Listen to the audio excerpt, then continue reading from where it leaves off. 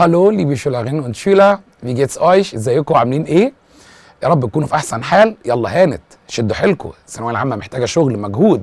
ربنا معاكم ان شاء الله يحقق كل alle Wünsche die ihr euch wünscht. كل الاماني اللي انتوا تتمنوها لنفسكم ان شاء الله يا رب تحققوها. الموضوع محتاج شويه تعب، اتعب وان شاء الله باذن الله ربنا يوفقك. النهارده معانا مجموعه تانية من الاسئله على منهج اولى وثانيه، زي ما اتفقنا ان هيجي لنا بنسبه حوالي 30% من الامتحان من منهج اولى وثانيه.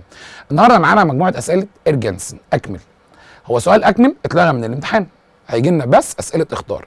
بس انا كنت حريص برضو النهارده ان انا احل معاكم اسئله اكمل تدريب على الجراماتيك، فده بيقيس مدى استيعابك وفهمك للجراماتيك. حتى لو جالي السؤال في شكل اختار، ده مجرد تدريب نتدرب ونتمكن اكتر من الجراماتيك. So könnt ihr die Grammatik vielleicht besser beherrschen. اول جمله نمرة 1: Ich not vorgestern viele Probleme. انا نقط اول امبارح مشاكل كتير. عندي الفراغ رقم 2 اتفقنا، وفي كلمه فورجستن اول امس كلمه تدل على الماضي.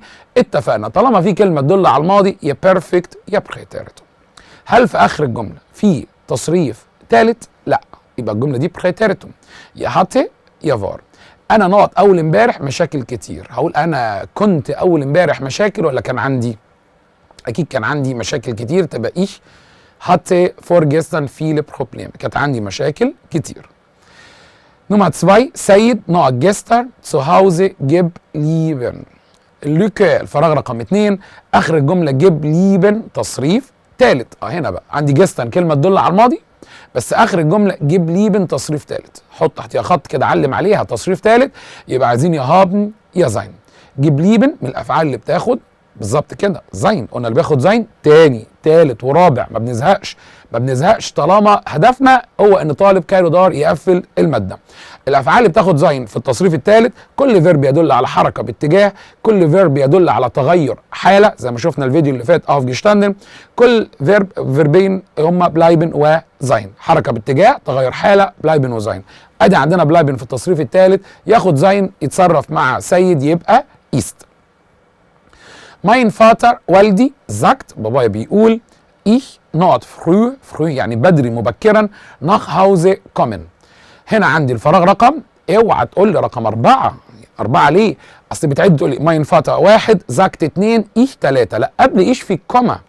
كوما بالعربي بنقول عليها فاصله لانها فصلت ما قبلها عما بعدها. احنا بادئين لسه بنقول ايش رقم 1.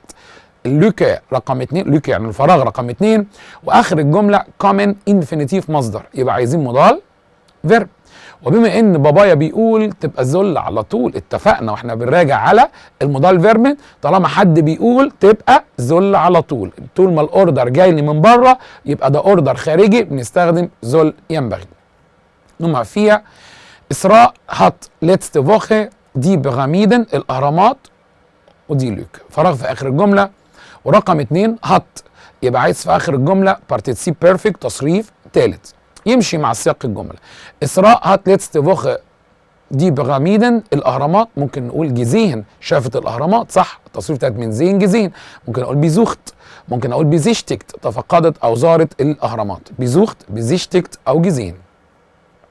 نمرة 5: Wie geht's deinem Vater؟ كيف حال والدك؟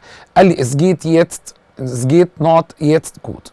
عندي اللي يلفت نظري في الجمله ركز es geht الحال من الافعال اللي بتجيب ضطيف. بقول لك كيف حال والدك، قلت لي الحال كويس جدا. حال مين؟ حاله هو يعني اير جت ضطيف تبقى بالظبط كده ايم. نراجع تاني على ضمائر الضطيف. ايش في الضطيف تبقى مية، دو بتبقى ديا، اير وايس بتبقى ايم، فحاله هو تبقى ايم. نمرة 6: Wann نقط du heute aufgestanden؟ قال لي 7 Uhr. عندي السبيس اللوكا رقم 2 اخر الجمله aufgestanden تصريف ثالث، يبقى عايزين يا هابن يا زين. aufgestanden استيقظ يدل على تغير حاله، وعشان كده ياخد زين يتصرف مع دو يبقى بيست. مجموعه اخرى من الاسئله. Wie نقط der Unterricht gestern؟ قال لي wunderschön رائع. كيف نقط الحصه امبارح؟ قال لي رائعه. جستر كلمه تدل على الماضي، يا بيرفكت يا بريتيرتو. مفيش تصريف تالت، يبقى دي بريتيريتوم يا هات يا فار. خد بالك لسه قدام مع درس 9 هنعرف افعال تانية في البريتيريتوم، لكن دلوقتي يا هات يا فار. كيف نقط الحصه امبارح؟ قول كيف امتلكت الحصه ولا كيف كانت؟ كيف كانت الحصه، لان في صفه ومع الصفات بنقول فار كان. طب فار يتصرف مع مين؟ مع الفاعل دير unterricht. دير يعني اير، ومع اير نفس التصريف مع ايش. نمرة 8، ich kaufe نقط Kindern viel Schokolade. انا بشتري لاولادي لعيالي شوكولاته كتير. ايه اللي هيلفت نظرنا؟ هيلفت نظري kaufen متعدي لمفعولين، عاقل وغير عاقل. العاقل بيبقى ضطيف وغير العاقل اكوزاتيف. كيندرن عاقل احطها في حاله الضطيف، اسم بدون اداه بجيب اداته. كيندرن جمع اداتها دي، ودي الجمع في الضطيف بتبقى دين. عايز اقول ولادي تبقى ماي نن، اداه معرفه او اداه ملكيه. ان كاسل فونت حسام، في كاسل حسام ساكن نقط فاميليا ماير. حسام ساكن نقط عائله ماير. قلنا ان في الالماني بنقول ان هو ساكن عند او لدى عائله ماير، تبقى باي. وحذرنا هنا من نقطه ان احنا بالعربي احيانا بنقول ساكن مع عائله ماير. انا ساكن مع جدي، انا قاعد مع عمي، قاعد مع اولاد خالي اليومين دول.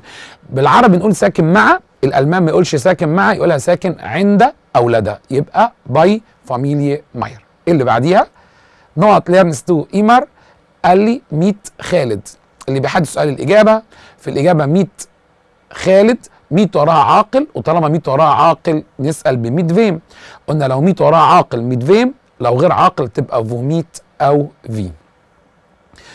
مصطفى جيت يتست جرادة يعني حالا، رايح دلوقتي حالا نقط هاوز المنزل. افكر حضراتكم خدنا كلمه هاوزه حاله شاذه. لو عايز اقول الى المنزل تبقى ناخ هاوزه، في المنزل تسو هاوزه، من المنزل فون تسو هاوزه، شاري حاجات علشان البيت تبقى فير تسو هاوزه. هنا مصطفى يذهب يبقى يذهب الى المنزل، والى المنزل هتبقى ناخ هاوزه الى المنزل. مجموعه اخرى، Wo ist mein English Buch؟ فين كتاب الانجليزي بتاعي؟ قال له ده هنا auf نقط شرايبتيش، على المكتب. او في حرف جر مشترك بيجيب يا اما اكوزاتيف يا اما ضطيف. السؤال عند حضرتك بفو، والفيرب ايست لا يدل على حركه. طالما الفيرب لا يدل على حركه والسؤال بفو، يبقى بعد اوف اجيب الاسم في حاله الضطيف. شرايبتيش اداتها دير، ضطيف تبقى بالظبط كده auf dem Schreibtisch. نقط gehört die Tasche hier، الشنطه اللي هنا تخص مين؟ قال لي ماينر شفيستر. دلوقتي عندي علامه استفهام، يبقى مطلوب سؤال، والسؤال هنا باداه الاستفهام لان الاجابه لا فيها يا ولا ناين ولا دخ، يبقى عايزين اداه استفهام. الشنطه تخص مين؟ قال لي تخص اختي، اللي بيحدد اداه الاستفهام الاجابه. ماينر شفيستر دي في حاله الضطيف، لان جهرت من الافعال اللي جابت مفعول ضطيف. طالما بسال عن مفعول بضطيف، اخدنا للسؤال عن مفعول بالضطيف بنسال wem gehört die Tasche hier. اللي بعديها hast du keine Geschwister؟ خد بالك من السؤال ده، Geschwister يعني اخوه واخوات.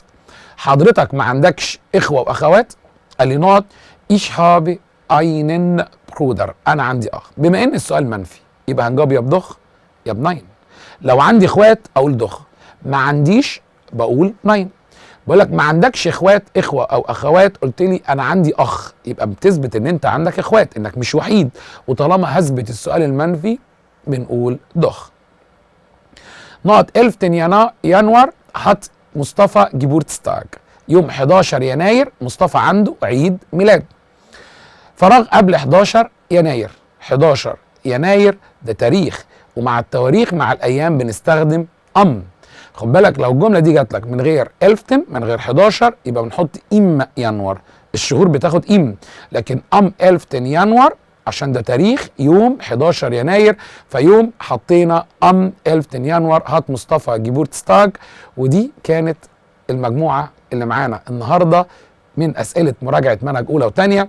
بكده يبقى احنا خلصنا تماما مراجعه اولى وثانيه، حلينا اسئله، مجموعه اسئله كويسه تختبر بجد ان كنت حضرتك هضمت الجزء ده وبقيت فيه كويس ولا لا. وان شاء الله باذن الله نشوفكم الحلقه الجايه واول درس في منهج سنه ثالثه، وهو الروابط اللي بيجيب جمله جانبيه. هنعرف درس 6 ان شاء الله في الحلقه الجايه. نشوفكم على خير واو فيدر زين.